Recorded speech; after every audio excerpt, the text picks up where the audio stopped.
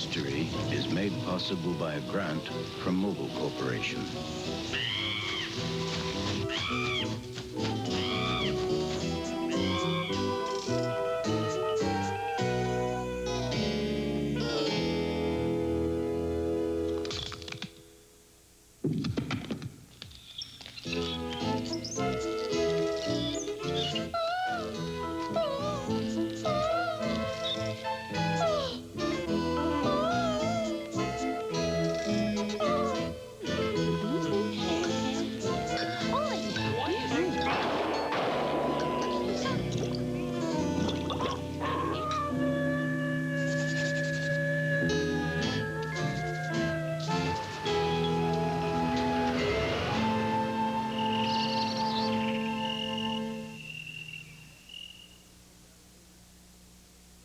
Good evening, I'm Vincent Price. Well, tonight will come as quite a shock to some of you.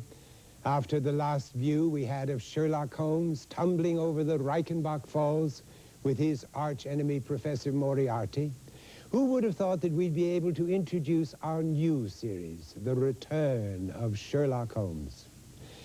Remember, at the conclusion of the final problem, Dr. Watson was lamenting the loss of the man whom he called the best and the wisest man whom I have ever known.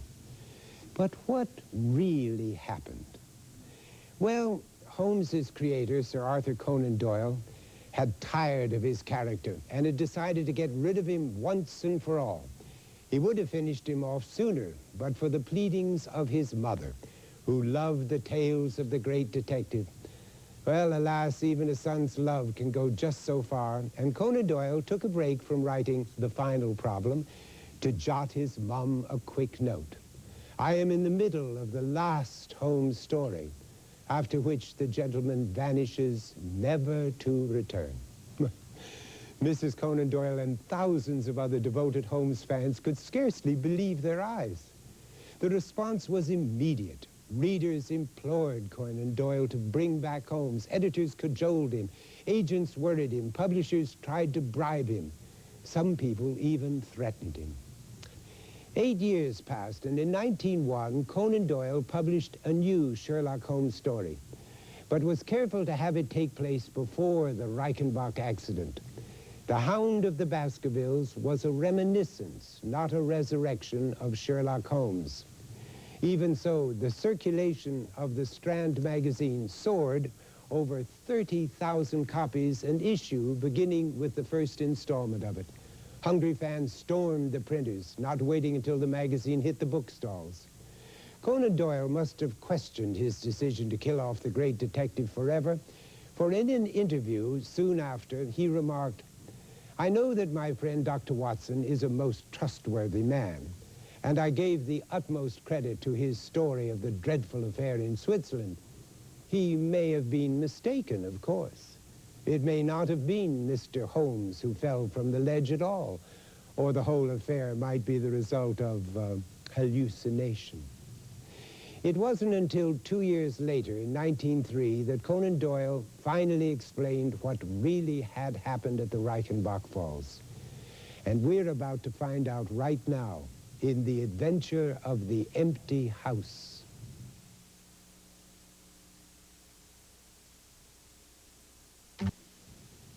It might be good to remember at this point that even Sherlock Holmes admitted that Professor Moriarty was his intellectual equal. So if Holmes escaped destruction at Reichenbach, why not his arch-enemy as well? Needless to say, this unsolved mystery has prompted Holmes scholars all over the world to come up with dozens of theories. More than one observer has pointed out the state of the world at the early part of the 20th century to show that Moriarty's evil presence was clearly at work.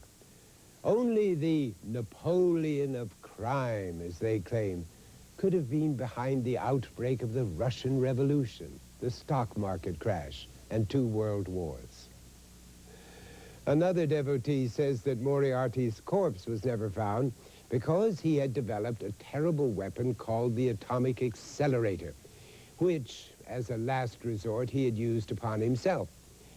The weapon would supposedly accelerate the atoms in any mass and thus cause it to shrink out of existence.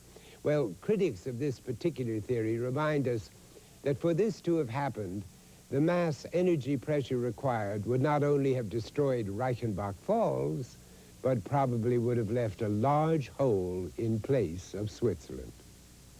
One of the more amusing theories put forth by a Moriarty fan is that the professor returned as the treacherous Captain Nemo in Jules Verne's 20,000 Leagues Under the Sea. Well, whatever.